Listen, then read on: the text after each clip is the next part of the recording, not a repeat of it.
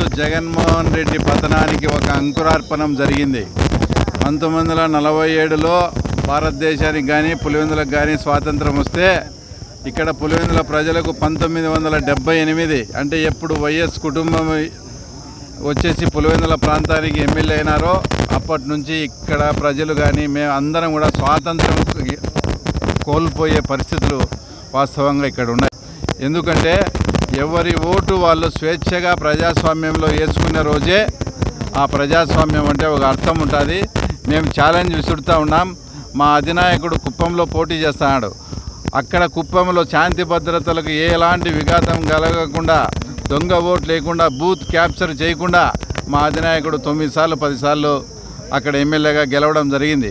మీకు దమ్ము ధైర్యం ఉంటే పులివెందుల్లో అధికారులను అడ్డపెట్టుకొని ఎలాంటి దౌర్జన్యాలకు పాల్పడకుండా, ఎక్కడా కానీ అవాంఛనీయ సంఘటన జరగకుండా, దొంగ ఓట్లు లేకుండా, బూత్ క్యాప్చర్ చేయకుండా మీరు గెలవగలరా?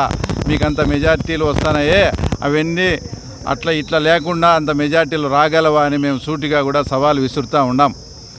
ఎప్పుడైతే ప్రజాస్వామ్యబద్ధంగా ప్రజలు, ముఖ్యంగా ఈరోజు మేము ప్రచారానికి పోయినప్పుడు కానీ ఇక్కడ పులివెందుల ప్రజలు కానీ అనేక మండలాల్లో ప్రజలు కానీ స్వచ్ఛందంగా బాహాటంగా మాకు మద్దతు తెలుపుతూ, ఈసారి జగన్మోహన్ రెడ్డి అహంకారానికి పులివెందుల ప్రజలు ఏం ఆలోచిస్తున్నారంటే, మేము ఓట్లేసి గెలిపిస్తే కదా మీరు సీఎం అయినది, ఆ సీఎం అయి మా మీద ఇంత నిర్లక్ష్యము, తర్వాత ఇంత ఘోరంగా మమ్మల్ని అవమానిస్తావా?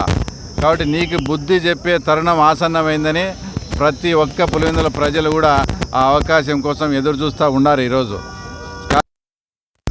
తర్వాత పులివెందుల ప్రాంతం అంతా కూడా రైతాంగం మీద ఆధారపడింది. ఒక ఎకరాకు అదనంగా నీళ్ళు ఇవ్వలేదు. అసలు కనీసం కరువు పరిస్థితులు ఉంటే అంతకుముందు ఇన్సూరెన్స్ అన్నా వచ్చేది, ఇన్సూరెన్స్ లేకుండా చేశాడు. తర్వాత డ్రిప్ అయితే ఇంకా ఎంత ఘోరం అంటే బిందు సేద్యం గురించి అంత ఘోరంగా వచ్చేసి జగన్మోహన్ రెడ్డి డ్రిప్ సిస్టమ్ అనేదాన్ని అదంతా కూడా మూలపడేసిన సందర్భం. రైతుల గురించి గొప్పగా చెప్పుకునే జగన్మోహన్ రెడ్డి 5 ఏళ్లకు రైతు భరోసా ఇచ్చింది 28,000 మాత్రమే. అదే చంద్రబాబు నాయుడు గారు 50,000 ఉంటే ఒకటేసారి అట్ టైం అయిపోయి అందరికీ కూడా 30,000 చొప్పున 90,000 కూడా బాండ్లు జరిగింది. ఇలా చెప్పుకుంటూ పోతే అనేకం ఉంటాయి. అర్బన్ ఏరియాలో కరెంటు ఛార్జీలు పెంచనని చెప్పి ఇప్పటికి 9 సార్లు కరెంటు ఛార్జీలు పెంచిన ఘనత, ఇంటి పన్నులు, చెత్త పన్నులు, లాస్ట్ పాస్బుక్కుల మీద కూడా జగన్మోహన్ రెడ్డి ఫోటోలు వేసుకుంటున్నాడు. ముఖ్యంగా ఈ ప్రాంత రైతులకు మనమంతా కూడా బోర్ వాటర్ మీద ఆధారపడి ఉన్నాం. జగన్మోహన్ రెడ్డి వస్తే అందరితో మీతో సంతకాలు కూడా తీసుకున్నాడు. తప్పకుండా మోటార్లకు మీటర్లు బిగిస్తే అది రైతుల మెడలకు ఉరితాళ్లే. ఎందుకంటే తప్పకుండా నెలకు 20,000 నుంచి 30,000 రూపాయల కరెంటు బిల్లులు వస్తాయి. కాబట్టి ఇవన్నీ బేరీజ్ వేసుకొని ప్రజలందరూ ఇంత మంచి అవకాశం మనకు ఎప్పటికీ రాదు. ఆ తర్వాత వాళ్ళ ఇంట్లో జరిగిన మర్డర్ విషయం, వీటన్నిటినీ పరిగణలోకి తీసుకొని ఈసారి ప్రజలు తప్పకుండా మేమంతా భావిస్తున్నాం. జూన్ 4వ తేదీ అదే అందరికీ కూడా తెలుసు. ఈరోజు రవీణ గారు చెప్తూ రైతుల పరిస్థితి, డ్రిప్ ఇరిగేషన్ పూర్తిగా నిర్వీర్యం చేసినారు.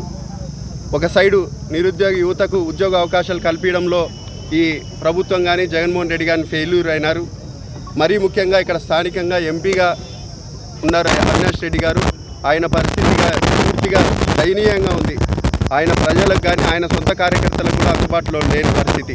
5 ఏళ్ళ పొద్దు వచ్చి వాళ్ళ దగ్గర ఒక ధనం ఉందని చెప్పి ఇష్టం వచ్చినట్టు వాళ్ళ సొంత కార్యకర్తలనే నిలబెట్టుకోనికి విపరీతంగా ఖర్చులు పెడుతున్నారు. కాబట్టి అక్కడే అర్థమవుతుంది వాళ్ళ సొంత కార్యకర్తలు నిలబెట్టుకోనికే అంత డబ్బు ధన దాహాన్ని వాళ్ళందరూ చూపించి వాళ్ళని కట్టేసుకోవడం జరుగుతుంది. ఈ 2019 మార్చి 15వ తేదీన ఏం జరిగిందో మీ అందరికీ తెలుసు. ఆ రోజు చిన్నాయన గారిపైన, మా అధినాయకుడు చంద్రబాబు నాయుడు గారిపైన, బీటెక్ రవీణ గారిపైన నిందా ఆరోపణలు మోపి ఆ రోజు ఓట్లు దండుకున్నారు. కానీ ఈరోజు 5 ఏళ్ల కాలంలో ఎవరు నిందితులో, ఎవరు సూత్రధారులో, ఎవరు పాత్రధారులో మీ అందరికీ తెలిసిన విషయమే. మరీ ముఖ్యంగా అందరికీ మంచి చేసిన వ్యక్తి వివేకానంద రెడ్డి గారు. అటువంటి వ్యక్తికి అటువంటి పరిస్థితి వచ్చిందంటే చాలా ఘోరము. కాబట్టి మీరందరూ ఆలోచన చేయండి. రేపు మన పాస్బుక్ల మీద కూడా ఆ జగన్మోహన్ రెడ్డి గారి ఫోటో పెట్టుకోవడము, మన భూములలో కూడా ఆ రాయి మీద కూడా జగన్మోహన్ రెడ్డి గారి పేరు ఇవన్నీ పెట్టడము. దీంతో నేను కూడా ఒకటి మీ పూర్తిగా రైతులకు కూడా చెప్తున్నాను, రేపు ఏదన్నా అవకాశం ఉంటే మన భూములు తాకట్టు పెట్టి కూడా నా ఫోటో ఉంది, నా భూమిలో నా ఫోటో ఉంది, నా పాస్బుక్లో నా ఫోటో ఉంది, ఇది నా భూమి అని చెప్పి కూడా ఈ ఈ ఎకరాకు ఇంత లోన్ తీసుకునే పరిస్థితి ఉంది మనకు తెలియకోకుండా. కాబట్టి మీరందరూ జాగ్రత్త పడండి, నిరుద్యోగ యువత ఆలోచన చేయండి. పార్లమెంట్ అభ్యర్థిగా నేను నిలబడబోతున్నాను. కాబట్టి పులివెందుల ప్రజానికానికి, తెలుగుదేశం పార్టీ నాయకులకు అందరికీ నేను ఈ సందర్భంగా అందరినీ విజ్ఞప్తి చేస్తున్నాను. ఖచ్చితంగా మీరు మంచి చెడు ఆలోచన చేసి డబుల్ ఇంజన్ సర్కార్ రావాలని కూడా మీ అందరినీ విజ్ఞప్తి చేస్తున్నాను ఈ సందర్భంగా.